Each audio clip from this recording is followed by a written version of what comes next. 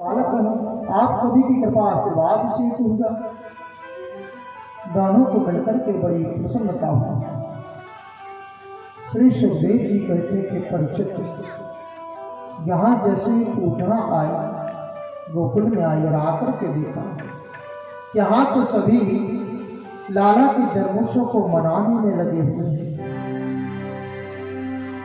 कोई अबीर उड़ा रहा, कोई गुलाल उड़ा रहा, बड़े ही प्रेम और भाव से सभी लाला के जन्मोत्सव को मनाने में लगे हुए हैं। 25,000 जा रहे, 50,000 आ रहे, कोई किसी को नहीं देख रहा। अब इस भीड़ में कौन किसे देखे कि कौन आ रहा।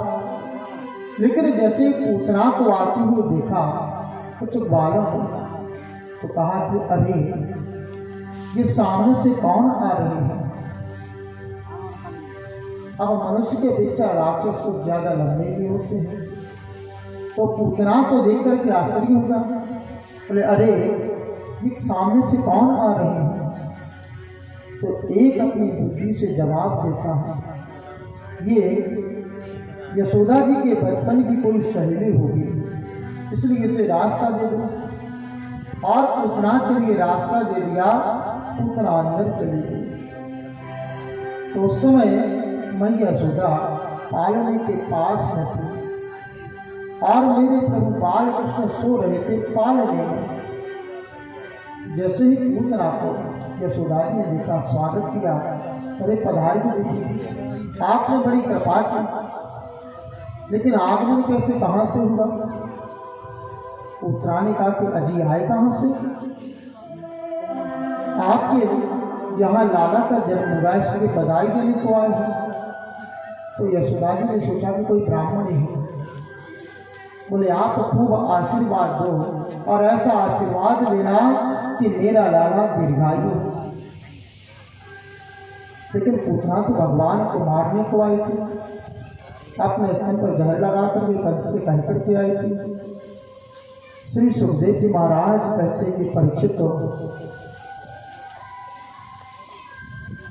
पूतना से जैसे यशोदा जी ने कहा कि आप खूब बधाई दो, आशीर्वाद दें कि मेरा लाला दीर्घायु हो, लंबी उम्र वाला हो। इतना सुनकर के पूतना ने कहा कि हाँ हाँ, और आए ही किस लिए हैं हम यहाँ, किसी के लिए तो आए हैं, आशीर्वाद देने के लिए। इतने में यशोदा ने कहा कि सुनो, तुम लाला को आशीर्वाद दो और हम जाते हैं अतिथियों का आदर सत्कार करने। हमारे यहाँ अतिथि आए हैं, इसलिए आप आशीर्वाद दो और हम अतिथियों का आदर सत्कार करने को जाते हैं।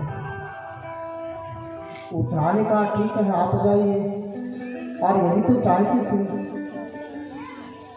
मेरे प्रभु पालने में सो रहे थे, भगवान की नींद खुली और जैसे ही पूतना जो है पालने के पास में आई, प्रभु ने पूतना को देखा और अपने दोनों नेत्रों को बंद कर लिया। पूतना को देखते ही नेत्रों को बंद कर लिया।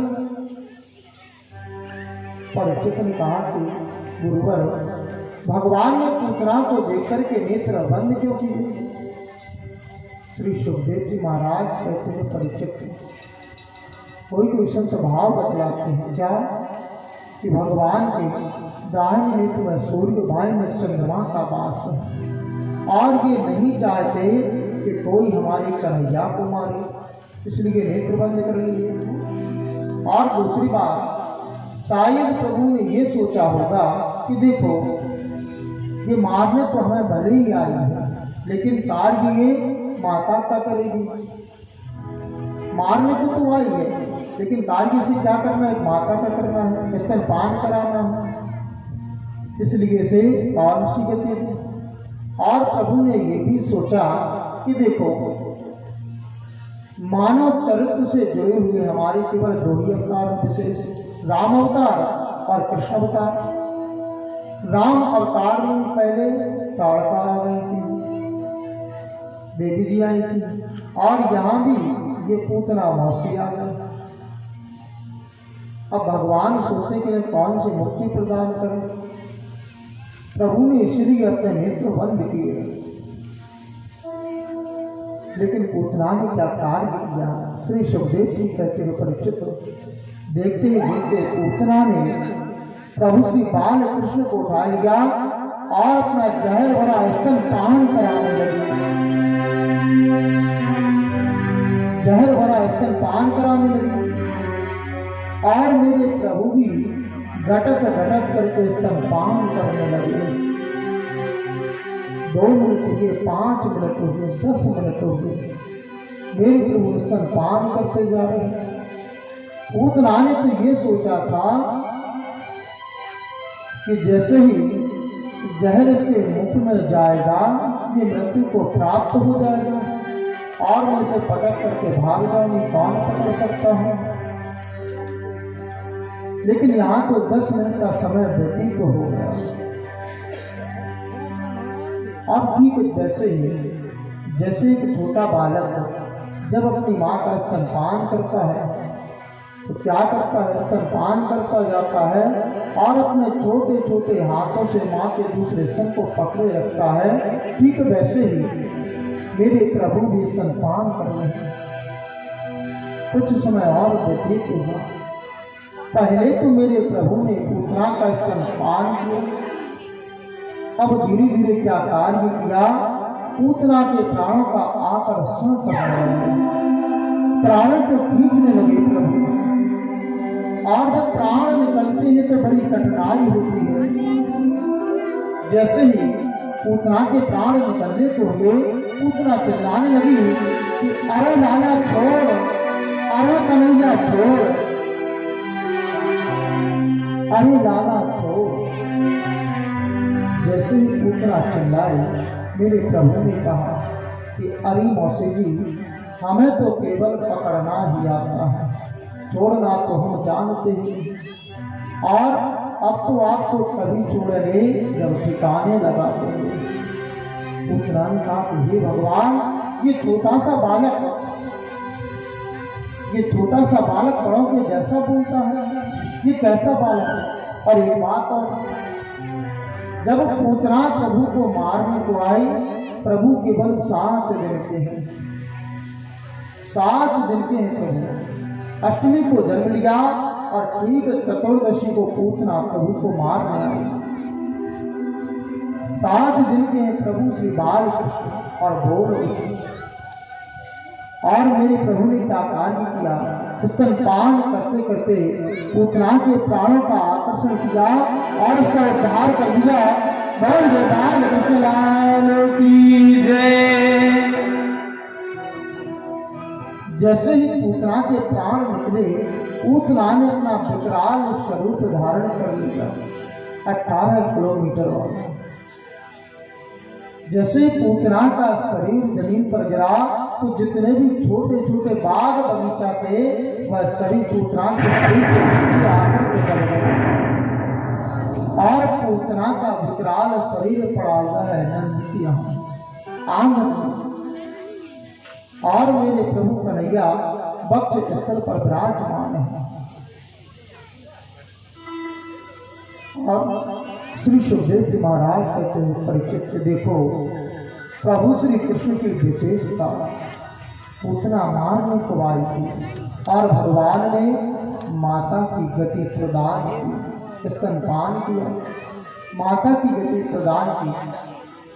पूतना कहते हैं अविद्या को और अविद्या कहते हैं पूतना को।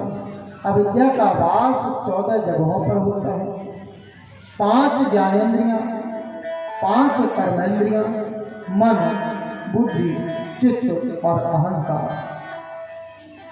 इन 14 जगहों पर अविद्या वास करती है।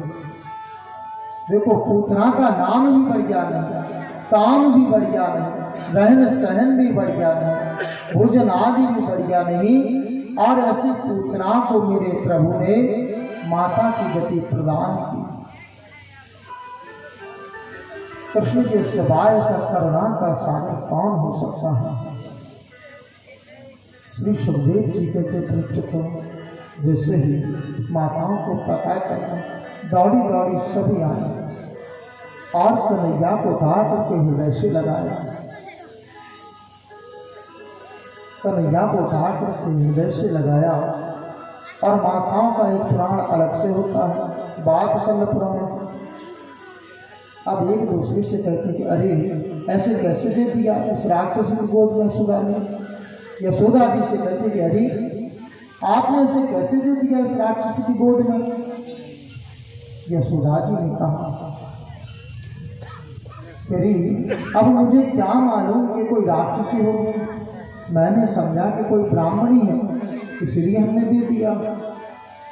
अब माताएं झाड़ा लगा रही हैं, नाम भी प्रभु का ले रही और झाड़ा लगाते जा रहे कि मेरे कन्हैया की चित्त की रक्षा ऋषिकेश भगवान करें, हृदय की रक्षा माधव भगवान करें। झाड़ा भी भगवान को लगा रही और नाम भी भगवान का ले रही।